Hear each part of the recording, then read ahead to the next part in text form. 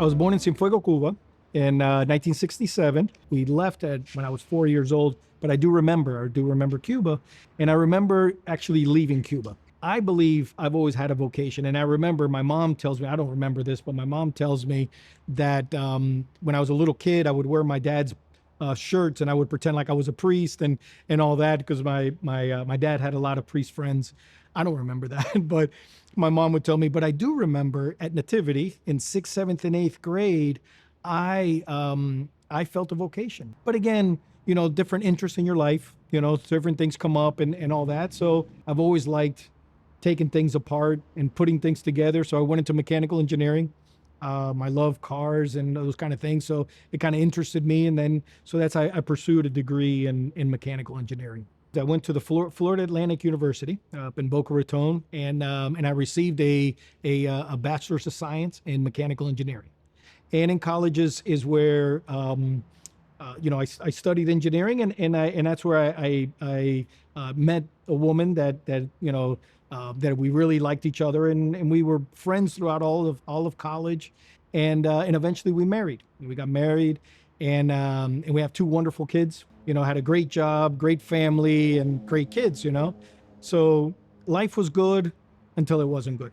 Little by little, there things that happened in our lives, and we started to separate from each other, and eventually, we did have a separation and an eventual divorce. I know that during that most devastating time of my life, I knew that the only thing I had was God, and it was during Mass that during the Our Father, which I believe is the greatest prayer ever, I heard two things that God told me. Was that I had to forgive, and He wanted me as a priest. But I knew there was no way I could be a priest. Kids were young, still had to take care of them. They were my responsibility. And so it took a while. But God showed me the permanent diaconate. And then I was a permanent deacon, and it was great. And it was so much more than I ever expected. God is relentless, and He keeps pursuing us, which I think is wonderful. It never gives up on us. And then eventually I went back. I went back to the seminary, which was retired from a great company. I was part owner of the company, and just a wonderful profession that I had, and I really enjoyed and loved, and but I was going to give that up, give up my freedom, and then go back to school, to the seminary, and I truly believe God called me to that, and here I am a couple years after, God willing, in May will be ordained to the priesthood, which I'm very much looking forward to. So, it's extremely excited. You definitely have the feeling and the sense of, I am not worthy. Who am I? But then yet I look at the apostles. Who were they? I mean, they were all, a bunch of ragtag people. They were, in misfits and things, So I'm like, well, maybe I do kind of fit in that respect, right? And it's not because of what we do that we get called. Is that God calls us, and then He's the one that makes us worthy to do it. So I feel this sense of awe that I've actually been called.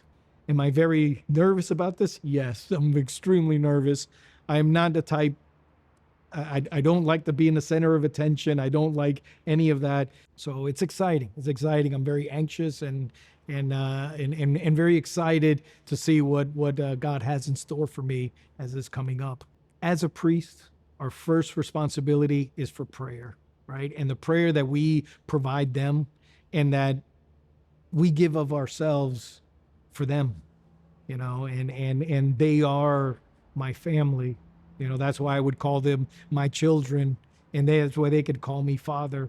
And hopefully that's what I could bring to them, is that connection, that relationship, and looking forward to that. My name is Deacon Jorge Reyes, and I want to invite you to the ordination, May 10th, God willing, at St. Mary's Cathedral. If you cannot join us, you can watch us live stream on miamiarch.org. God willing, we'll see you there. Keep us in your prayers as I will be praying for all of you. God bless.